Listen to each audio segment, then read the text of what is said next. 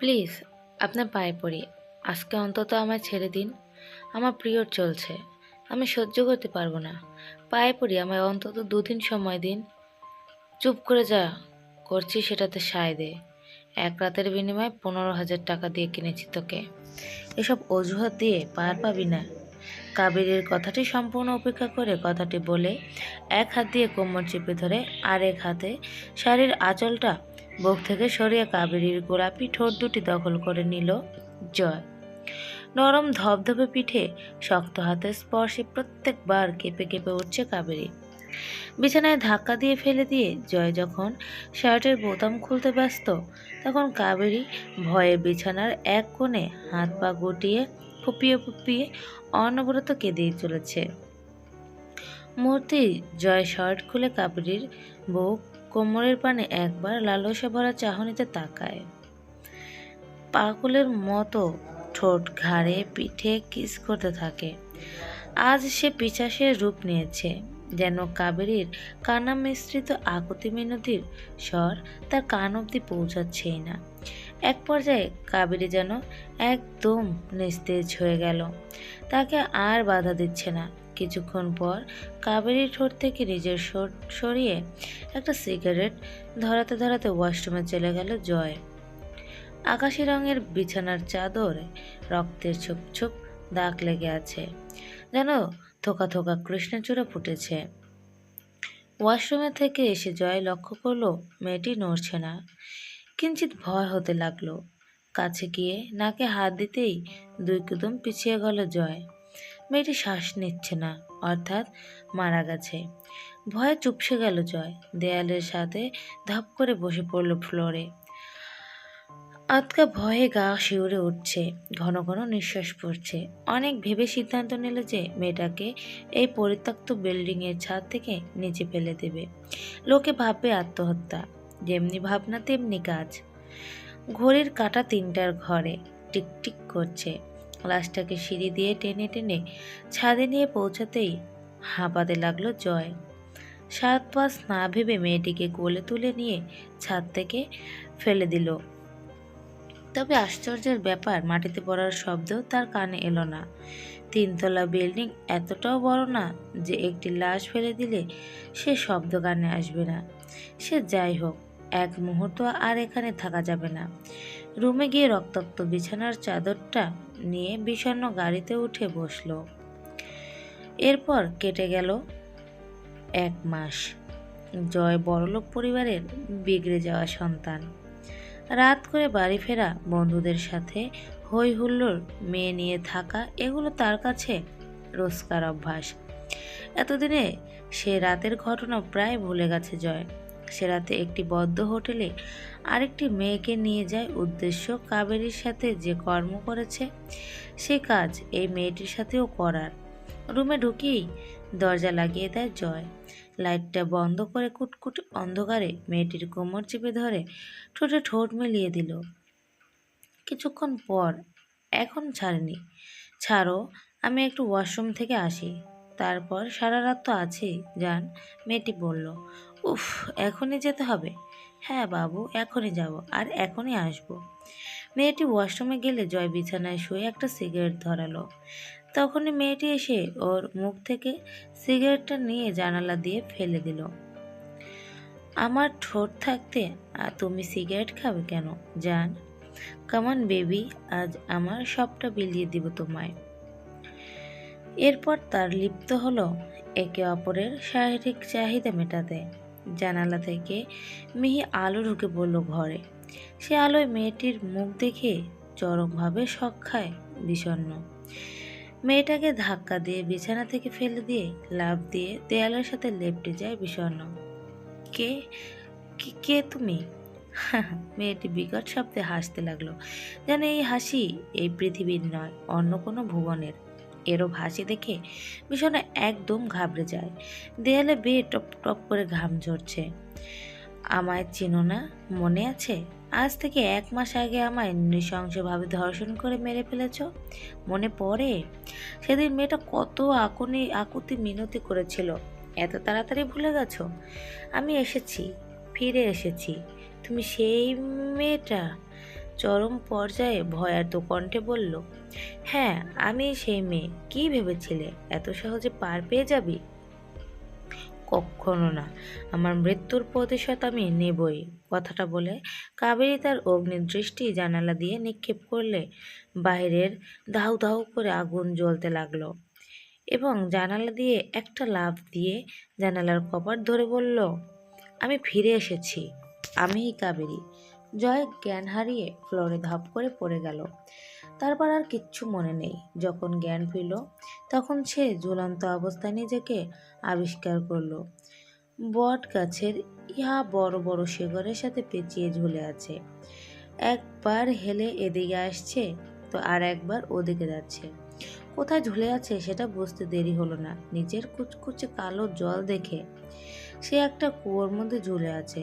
কুয়ো থেকে শিকড় ধরে ধরে উপরে উঠলাম। চারিদিকে তাকিয়ে দেখলাম কুয়োটা সেই বিল্ডিং এর পাশেই, যেখানে সেই কাবেরী মেয়েটাকে দেখেছিলাম।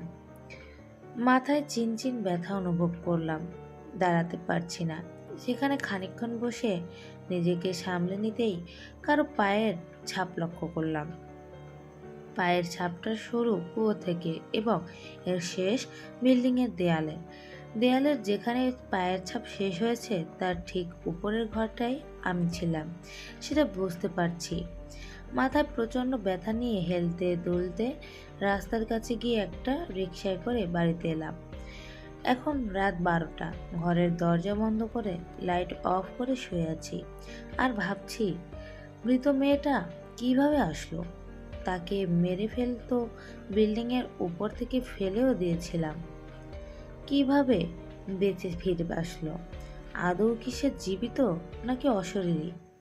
তাছাড়া আরেকটি বিষয়, মেয়েটা অগ্নিদৃষ্টিতে জানালার বাহিরে তাকাতেই আগুন জ্বলে উঠল কিভাবে?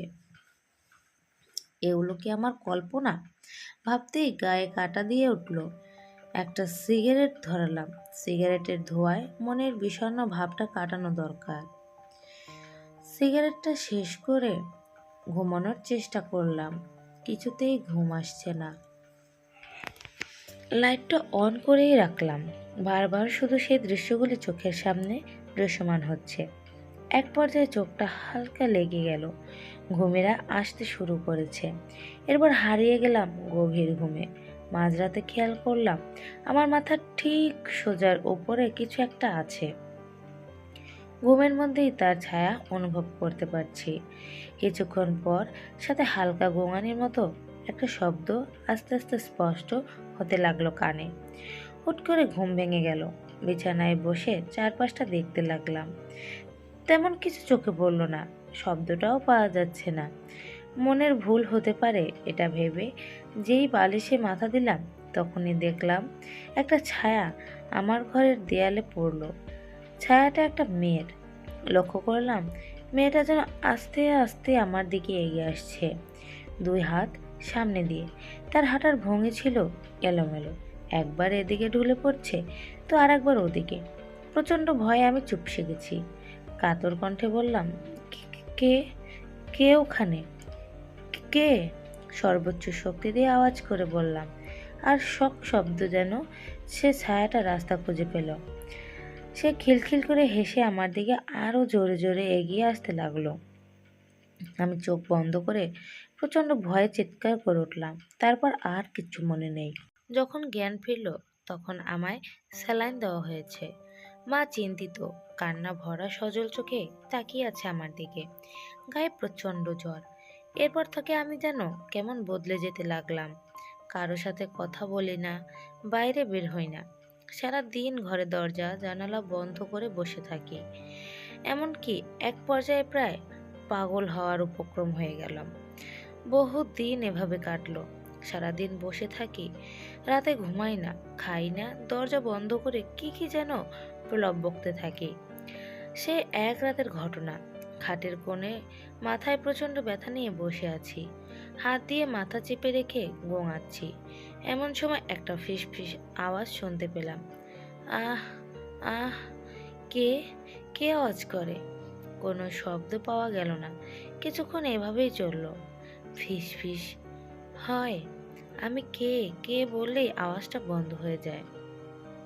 একটু পর আবারও ফিসফিস শব্দ হচ্ছে। কে কে বিরক্ত করে? আমি এবার তার উত্তর পাওয়া গেল। কেমন গম্ভীর স্বর, শুনলেই গা হিম হয়ে আসে এমন। আমি কে? আমায় চেনো না? এতদিন একসাথে আছি, আমায় চেনো না? কে তুমি? সামনে এসো। সামনে যাওয়ার শক্তি নাই, শব্দটা খাটের তল থেকে আসছে বুঝতে পারলাম। উঠে গিয়ে আস্তে আস্তে বিছানার চাদরটা তুলতেই ভয়ে ছিটকে গেলাম। একটা নগ্ন মেয়ে, মেয়েটা যে সেই কাবেরী মেয়েটা, সেটা চিনতে পারলাম। তুমি এখানে? মেয়েটা বিষণ্ণ চাহনিতে তাকিয়ে থাকলো আমার দিকে। কি হলো, কথা বলছো না কেন? কোথাও যাওয়ার জায়গা নেই, তাই তোমার সাথেই থাকি। কি দোষ করেছি আমি? কেন মারলে আমায়? আমি ইচ্ছে করে মারিনি, বিশ্বাস করো। সেদিন বারবার বললাম আমার প্রিয় চলছে, শুনলে না। এখন তোমার যে আর মুক্তি নেই। এই রকম ভাবে তার সাথে মাঝে মাঝে আমার কথা হয়। এই তো সেদিনও কথা হলো। মাঝরাতে তার কান্নার শব্দে ঘুম ভাঙল। সে কান্না করছে। কান্নার শব্দ শুনে বিছানা থেকে নেমে খাটের কাছে গিয়ে বললাম, কে, কাবেরী? হুম। কান্না করছো কেন? খুব কষ্ট পাচ্ছি। কেমন কষ্ট? নিশ্চুপ। তুমি নগ্ন হয়ে থাকো কেন? নগ্নতাই তো তোমার পছন্দ। প্লিজ এভাবে এসো না। কাপড় নাই তোমার?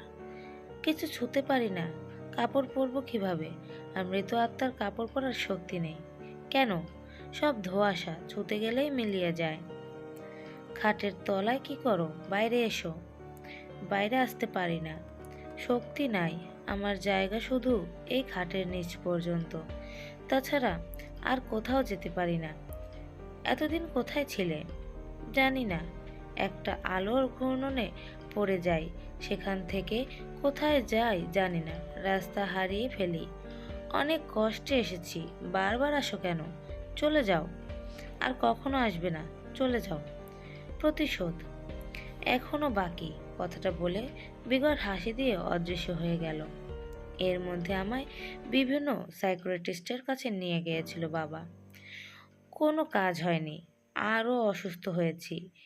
এরকম খবর শুনে স্পৃহা আসলো আমায় দেখতে।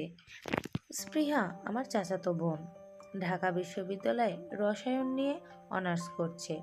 মেধা অত্যন্ত তুখর, প্রতিটি পরীক্ষায় লেটার মার্ক তার কাছে যেন নিতান্তই খেলা। আঙ্কেল, জয় কতদিন থেকে এরকম করছে? প্রায় 2 মাস। মলিন মুখে বাবা বললেন। আমার জানাননি কেন? আমরা ভেবেছিলাম ঠিক হবে। এমন কোনো সাইকিয়াট্রিস্ট নেই যার কাছে ওকে নিয়ে যায়নি। কেউ কিচ্ছু করতে পারেনি। ও কি করে একটু বলবেন? সারা দিন সারা রাত ঘরে বসে থাকে, মাঝে মাঝে চিৎকার করে, আবার ফিসফিস করে কথা বলার আওয়াজও শোনা যায়। আপনারা দেখেননি কার সাথে কথা বলে? একদিন দরজায় দাঁড়িয়ে ছিলাম, ও কার সাথে যেন কথা বলছে ফিসফিস করে। দরজা ধাক্কা দিয়ে ভেঙে ঘরে ঢুকে দেখি খাটের নিচে তাকিয়ে কী সব বলছে। খাটের নিচটা দেখেননি? হ্যাঁ দেখেছিলাম। কি দেখলেন? কেউ ছিল না। আমার মনে হয় অশরীরী কোনো শক্তি ওকে প্রভাবিত করছে। হাহ, আঙ্কেল, এই সময়ে এসে আপনি এসবে বিশ্বাস করেন? মানুষ চাঁদে পা রাখছে, অন্য গ্রহে বসতি গড়ে তুলেছে, সেই যুগে আপনি অশরীরী নিয়ে পড়ে আছেন? আঙ্কেল, আমি জয়ের সাথে কিছুক্ষণ কথা বলবো। ওই কর্নারের ঘরটায় আছে। ও হাতের ইশারায় ঘরটা দেখিয়ে দিল। দরজায় ঠক ঠক করে আওয়াজ করছে স্পৃহা। শব্দটা আমার কানে লাগছে প্রচুর। রেগে গিয়ে দরজা খুলে দিলাম। স্পৃহা ঘরের ভেতরে আসলো। কেমন আছো জয়? ভাইয়া, ভালো। শরীর কেমন আছে? ভালো। কি করো সারাদিন ঘরে? কথা বলতে ভাল লাগছে না। কিছুক্ষণ পরে বলল, তারপর চলে যাব। আচ্ছা, তুমি কার সাথে কথা বলো? আমায় বলো। আমার সাথে না তুমি সব কথা শেয়ার করো। একটা মেয়ে। কে সে? কাবেরী। মেয়েটা দেখতে কেমন? সুন্দর, তবে এখন সুন্দর লাগে না। সব সময় নগ্ন হয়ে থাকে। তাকে কাপড় পরতে বলি, সে পরে না। কেন পরে না? সে শক্তি তার নেই। কি নিয়ে কথা হয় তোমাদের? সে চলে গেলে ভুলে যাই, মনে থাকে না। মিথ্যে বললাম। জয় ভাইয়া, তুমি পাগল হয়ে যাচ্ছ, বুঝতে পারছো? তোমায় আমি একজনের কাছে নিয়ে যাব। যাবে আমার সঙ্গে? কি যেন বললে? কাবেরী? কাবেরী কি নগ্ন হয়েই আসে? না, তোমার কাছে আসার পর নগ্ন হয়। কাপড় পরে না, সবসময় নগ্নতায় থাকে। স্পৃহা চলে গেল। বাবার সঙ্গে তার আলাপ যতদূর শুনতে পেলাম, আমার একজন পরিচিত আছে। আমার ধারণা তিনি জয় ভাইয়ার এই সমস্যার সম্মুখীন হয়ে তাকে স্বাভাবিক করে তুলতে পারবে। তুমি তাকে নিয়ে আসো, যত টাকা লাগে আমি দিব। তুমি আমার ছেলেটাকে বাঁচাও। মা, বাবা বললেন, আঙ্কেল আপনি চিন্তা করবেন না, আমি ওনার সাথে কথা বলবো। উনি যত সম্ভব আসবে না, জয় ভাইয়াকেই নিয়ে ওনার কাছে যেতে হবে। তুমি কথা বলো। আচ্ছা আঙ্কেল, আমি আসি। এমনিতে হলে রাস্তার ধারে বিড়ির দোকানটায় তার দেখা পাওয়া যায়। আজ তাকে কোথাও দেখতে পাচ্ছে না স্পৃহা। দুপুরের কড়া রোদে ঘুরতে ঘুরতে সে ক্লান্ত। বিড়ির দোকানটায় বললে হয়তো ওনার খোঁজ পাওয়া যাবে ভেবে দোকানকে জিজ্ঞেস করলো, এই যে মামা, শুনছেন? জি আফা, কেমন আছেন? কি খাইবেন আফা? চা দেই? কি চা, রং চা না দুধ চা? আফা, চায় চিনি দেব? চা লাগবে না, একজনের খোঁজ নিতে আসলাম, যদি দিতে পারেন। কারে চান আফা? আপনার এখানে যে মাঝে মাঝে বসে থাকে, লম্বা চুল, বড় বড় দাড়ি, এলোমেলো চেহারা। স্পৃহা পুরো বর্ণনা না দিতেই দোকানি বলে উঠল, কার কথা বলতে আছেন? বিষণ্ণতার কথা? জি। আপনি নাম জানেন ওনার? কি যে বলেন আফা, বিষণ্ণতার নাম জানবো না? কোথায় পাবে ওনাকে? ওনার তো জ্বর, কিছুদিন থেকে আহে না। ওনার বাড়িতে খোঁজ নেন। ওনার বাড়ি কোথায় জানেন? ওই যে গলি দেখা যায়, ওই গলি দিয়ে গিয়া হাতের বাম পাশে মোড় পাইবেন একটা, সেই মোড় ঘুরেই ডান পাশের 3 নম্বর বাড়িটাই ওনার। স্পৃহা লোকটিকে ধন্যবাদ দিয়ে রওনা হলো বিষণ্ণতার খোঁজে তার বাড়িতে। তার বাড়ি পাওয়া গেল পুরনো আমলের রাজা বাদশাদের বাড়িগুলির মতো ধ্বংসস্তূপ বাড়ি। স্পৃহা দরজা ঠকঠক আওয়াজ করতেই ভেতর থেকে উত্তর এলো, অপেক্ষা করুন। স্পৃহা দরজার বাইরে অপেক্ষা করছে। প্রায় আধা ঘন্টা পর দরজা খুলে দিলেন বিষণ্ণতা। রুক্ষ চুলদাড়িগুলি বড় বড় হয়েছে, পরনে পাঞ্জাবি, চোখে হালকা ফ্রেমের চশমা পরতে পরতে তিনি বললেন, ভেতরে আসুন। স্পৃহা ভিতরে গেল। এই লোকটার প্রতি তার আলাদা একটা টান কাজ করে। তাকে মনের কথা বলতে গিয়েও বলতে পারে না। লোকটা ভবঘুরে, কোনো কাজকর্ম করে না। সারা দিন চায়ের দোকানে চা বিড়ি খেতে দেখা যায়। ঘরে ঢুকে একটা মস্ত বড় বুকশেলফ ছাড়া চোখে পড়ার মতো কিছুই নেই। তার নজর কাটিয়ে জীর্ণ কণ্ঠে বিষণ্ণতা বললেন, দরজা খুলতে দেরি হলো?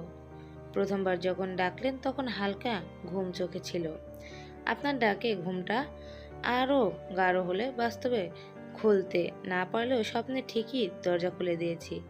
কি আশ্চর্য, স্বপ্ন আর বাস্তব চেনাও মুশকিল। আপনি এখনো এভাবেই খামখেয়ালিতে চলেন? যেমন আছি বেশ আছি। বলুন, কি জন্য এসেছেন? শরীরটা খারাপ, কয়েকদিন থেকে জ্বর ছাড়ে আবার ধরে। ওনাকে জয় ভাইয়ার সকল ঘটনা খুলে বললাম। সিগারেট ধরাতে ধরাতে বললেন, ওনাকে নিয়ে আসুন একদিন, ওনার মুখেই সবটা শুনতে হবে। চা খাবেন? স্প্রিয়া না সূচক মাথা নেড়ে আগামী পরশু জয়কে নিয়ে আসবে বলে উঠে চলে গেল। বিষণ্ণতা ফ্যাকাশে হেসে আবার শুয়ে পড়লেন।